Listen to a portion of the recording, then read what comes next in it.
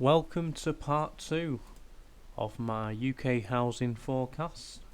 Now, before we get into this, just remember I'm not a financial advisor, so any decisions that you make off the back of watching this video are yours and yours alone, and I cannot accept any responsibility for what you may choose to do as a result of watching this video. So now that's out the way, let's dive into it. If you've not watched part 1, then make sure you go back and watch part 1, otherwise you're not going to have a clue what I'm talking about for the most part. Picking up from where we left off on, I believe there's going to be a severe shortage of houses coming onto the market for sale.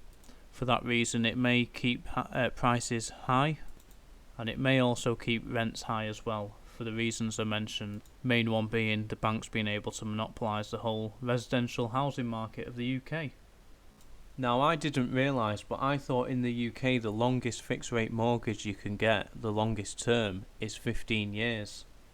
But actually, after having a little bit of a search, I've discovered that there's some companies out there that do 30 years and up to 40 years fixed rate mortgage terms. Now, I don't know about you, but because we're moving into this highly inflationary, highly stagflationary environment, where interest rates may be going up in a few years and they may stay up for a while, who knows. It may be worth locking in a long-term fixed rate deal, maybe 30 years, 40 years, it just depends really if you think you're going to stay at your house for a while, or even if you're going to buy a buy-to-let. Fixing in a long-term deal to keep your overheads lower in the future. It may cost you more in the short term, between now and the next year or two.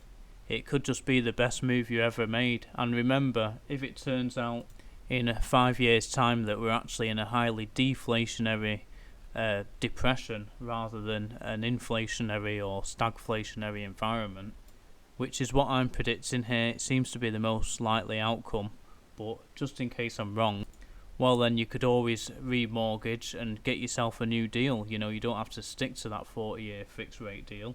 You could pull out of it and get a new deal, providing your financial circumstances allow you to do so, and it would actually bring your monthly payments down. So that's something that you need to bear in mind for the mortgage side of things. As for the buying side of things, if you're looking to move house, or maybe you're looking for your first house to buy, and you're hearing this now and you're thinking, oh no, this could be a nightmare moving forward, well, I still think there will be opportunity. I believe a lot of banks are still going to be in trouble over the next few years.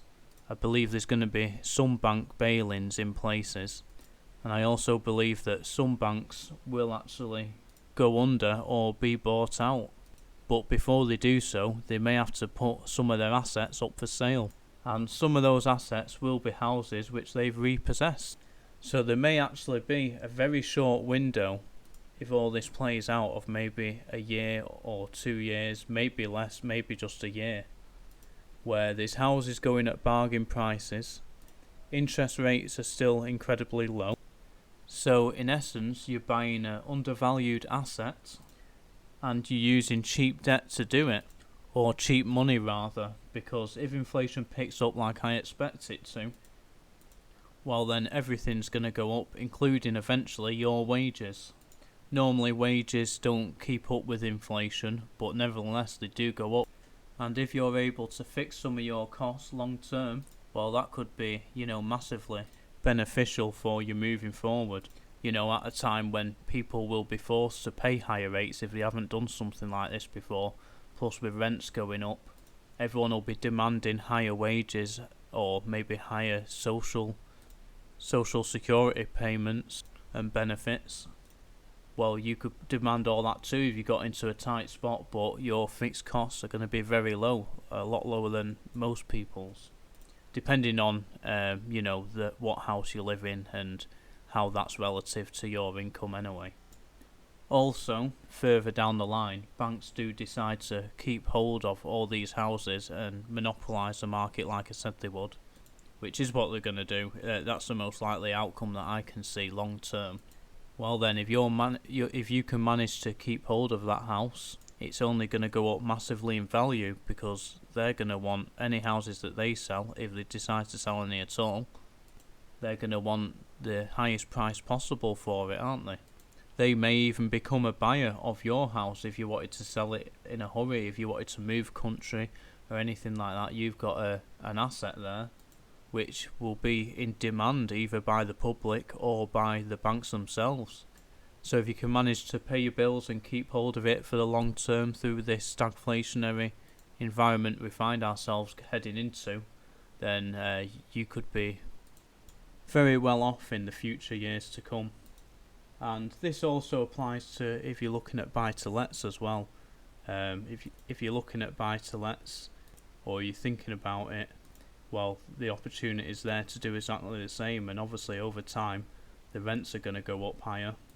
I know the mortgage is a bit different, you will have to pay a little bit more each month, but over time the rents will be going up and your mortgage will stay the same if you can manage to lock in a fixed deal.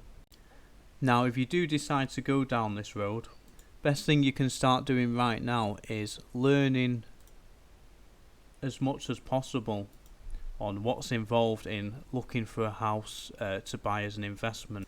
You know, what makes an area desirable, schools, transport links, all that kind of stuff you need to be aware of, as well as things to look out for in the property itself. Now, that's something I'm not a particular expert on. I've got a good idea of these things. I particularly like Ken McElroy's The ABC of Real Estate Investing, even though it's talking from the perspective of buying property in America. It applies worldwide. It talks about, you know, what to look out for in areas, what kind of statistical data you need to gather, all that kind of stuff, and much more as well. So it's well worth getting if you decide to go down this road.